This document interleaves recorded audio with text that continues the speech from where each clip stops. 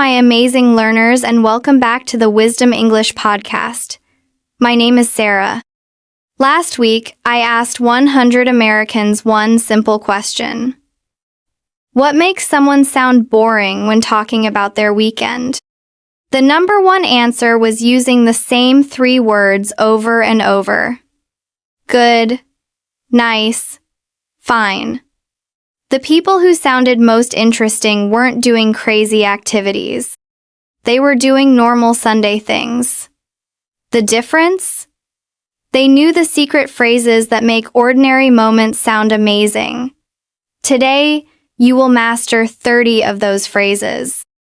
And make sure you stay with me until the very end, because I'll reveal the simple secret that will make your weekend stories sound natural and interesting. Today, you'll master 30 phrases that Americans actually use, not textbook English, real Sunday conversations. In this episode, you'll sound like you've lived in America for years. Ready to transform your Sunday stories? Let's dive in. Part 1. Planning your Sunday. This first section is all about how to talk about your plans for a relaxing Sunday.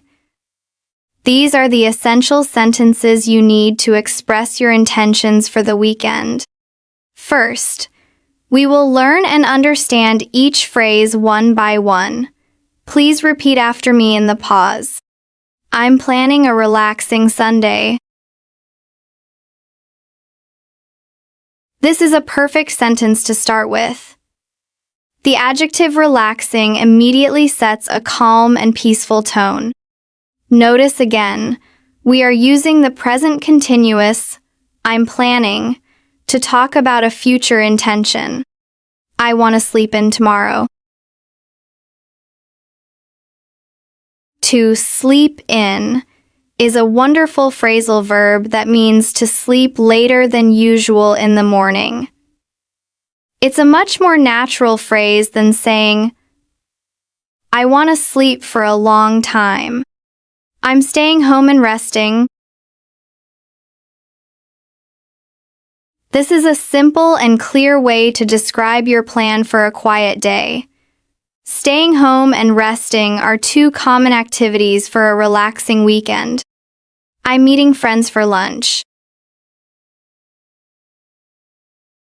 Here we are using the present continuous again, I'm meeting, for a future plan that is already arranged. For lunch specifies the purpose of the meeting. We're going to the park. Going to the park is a classic weekend activity, whether it's for a walk, a picnic, or just to enjoy nature. I'm making a big breakfast. On the weekend, people often have more time to cook. A big breakfast suggests something more special than a quick weekday meal. I can't wait to relax. The expression, I can't wait, is a very common idiom used to show strong excitement and anticipation for something in the future. This is exactly what I need. This is a great phrase to express that your plans for a relaxing day are perfect for your current state of mind. It suggests that you have been busy or stressed. Sunday is my rest day. A rest day is a day dedicated to relaxing and recovering from a busy week. This is a simple and clear way to state the purpose of your Sunday. I'm going to take it easy. To take it easy is a fantastic idiom that means to relax, to not work hard, and to avoid stress. It's the perfect way to describe a relaxing Sunday plan. Shadowing practice. Planning your Sunday. Great! You just learned how Americans talk about their vacation plans. Now that you understand these phrases, let's practice them in our intensive shadowing block. I will say each phrase twice. Repeat after me in each pause. I'm planning a relaxing Sunday. I'm planning a relaxing Sunday. I want to sleep in tomorrow. I want to sleep in tomorrow. I'm staying home and resting. I'm staying home and resting. I'm meeting friends for lunch. I'm meeting friends for lunch. We're going to the park. We're going to the park. I'm making a big breakfast. I'm making a big breakfast. I can't wait to relax. I can't wait to relax. This is exactly what I need. This is exactly what I need. Sunday is my rest day.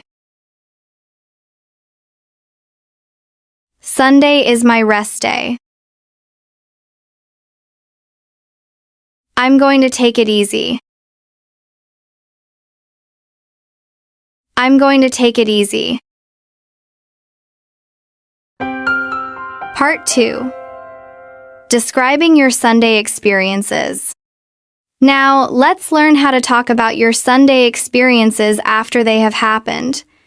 These sentences will help you describe your activities in a natural and engaging way. I had the most relaxing Sunday. This is a perfect opening line to answer the question, how was your Sunday? The superlative, the most relaxing, is a very strong and positive way to describe your day. I slept in until noon. Here we are using the past tense of our phrasal verb, slept in, and until noon, 12:00 p.m. gives a specific detail that emphasizes just how much you relaxed. I made a delicious breakfast. The adjective delicious is a perfect word to describe great tasting food. It's much more descriptive than just saying a good breakfast. I did some housework. Housework refers to the cleaning and chores you do in your house, like washing dishes or vacuuming. Did some housework is a very common and natural phrase. I talked with my family. A simple and warm way to describe spending quality time connecting with your loved ones. We talked for hours. This phrase emphasizes the length and depth of your conversation. For hours suggests that you had a long, enjoyable, and meaningful chat. I took a nice walk. The collocation take a walk is the most natural way to talk about walking for pleasure. The simple adjective nice makes it sound pleasant. The weather was perfect. The weather is often a key part of any weekend experience, so it's a very common thing to talk about. Perfect is a great, strong adjective. I spent time with my friend. The verb spent is often used with time to describe how you used your time. It's a very common collocation. Spend time, spend money. We watched TV shows. A simple and very common way to describe a relaxing evening activity with someone. Shadowing practice, describing your Sunday experiences. Fantastic! You're starting to sound like a real American when describing your Sunday activities. Let's practice these sentences in our shadowing block. I had the most relaxing Sunday. I had the most relaxing Sunday. I slept in until noon. I slept in until noon. I made a delicious breakfast. I made a delicious breakfast. I did some housework. I did some housework. I talked with my family. I talked with my family. We talked for hours. We talked for hours. I took a nice walk. I took a nice walk. The weather was perfect. The weather was perfect. I spent time with my friend. I spent time with my friend. We watched TV shows. We watched TV shows. Part 3. Reflecting on your Sunday. This final set of phrases is for expressing how you feel after your relaxing Sunday. These are great for ending a conversation. I had an amazing Sunday. Amazing is a very strong, positive adjective. It's much more enthusiastic than just good. It was really refreshing. The adjective refreshing is a wonderful word. It means it made you feel new energy and strength after being tired. I feel much better now. This phrase shows the positive result of your restful Sunday. It implies that before the weekend, you were maybe stressed, but now you feel good again. I didn't want it to end. This is a fun and common way to express how much you enjoyed your Sunday, wishing the day could continue forever. You should try it. This is a friendly and enthusiastic way to give a recommendation to the person you are talking to. It was better than I thought. This phrase shows that your Sunday exceeded your expectations. It's a great way to express pleasant surprise. I want to do this again. A simple and clear way to show that you enjoyed your activities and plan to repeat them in the future. Sundays like this are the best. This is a general, positive statement that expresses a strong appreciation for relaxing weekends. It was exactly what I needed. This is a fantastic phrase, perfect for reflecting on a day that helped you feel better. It was a great way to end the weekend. This is a perfect concluding sentence for a conversation about your Sunday. Shadowing practice. Reflecting on your Sunday. Now, let's practice these final reflective phrases in our shadowing block. I had an amazing Sunday. I had an amazing Sunday. It was really refreshing. It was really refreshing. I feel much better now. I feel much better now. I didn't want it to end. I didn't want it to end. You should try it. You should try it. It was better than I thought. It was better than I thought. I want to do this again. I want to do this again. Sundays like this are the best. Sundays like this are the best. It was exactly what I needed. It was exactly what I needed. It was a great way to end the weekend. It was a great way to end the weekend. Part 4. Real conversation practice. Perfect! Now let's practice with a real conversation. We will build a full conversation together.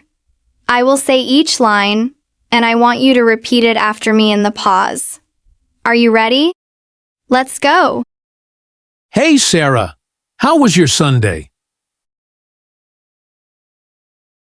I had the most relaxing Sunday. What did you do? I slept in until noon. Nice. What else? I made a delicious breakfast. Did you go anywhere? I took a nice walk. The weather was perfect. I spent time with my friend. What did you guys do? We talked for hours. We watched TV shows. How do you feel now? I feel much better now. I didn't want it to end. Sounds awesome. You should try it. It was a great way to end the weekend. Now, let's practice that one more time to really build your confidence. I'll read the first part and you read the second part. Repeat each line after me. Let's begin again.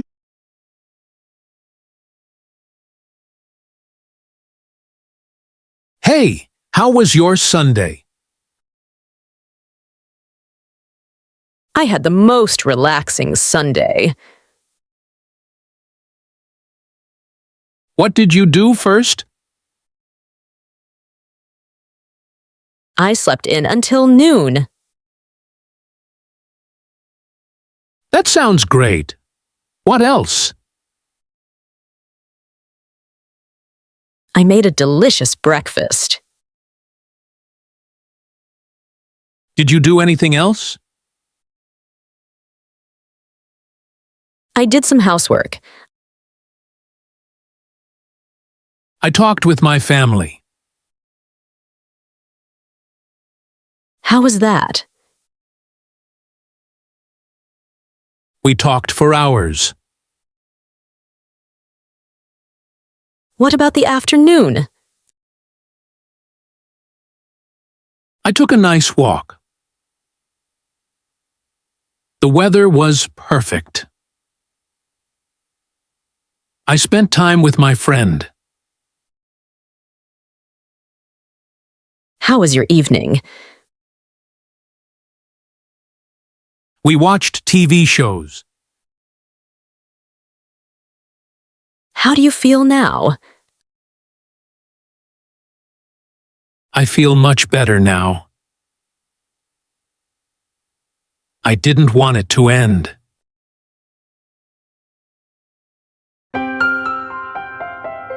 The final secret. Incredible! You just went from sounding boring and basic to sharing your Sunday stories like a native speaker. Those 30 phrases? They're your secret weapon for weekend conversations that actually engage people and make them want to hear more.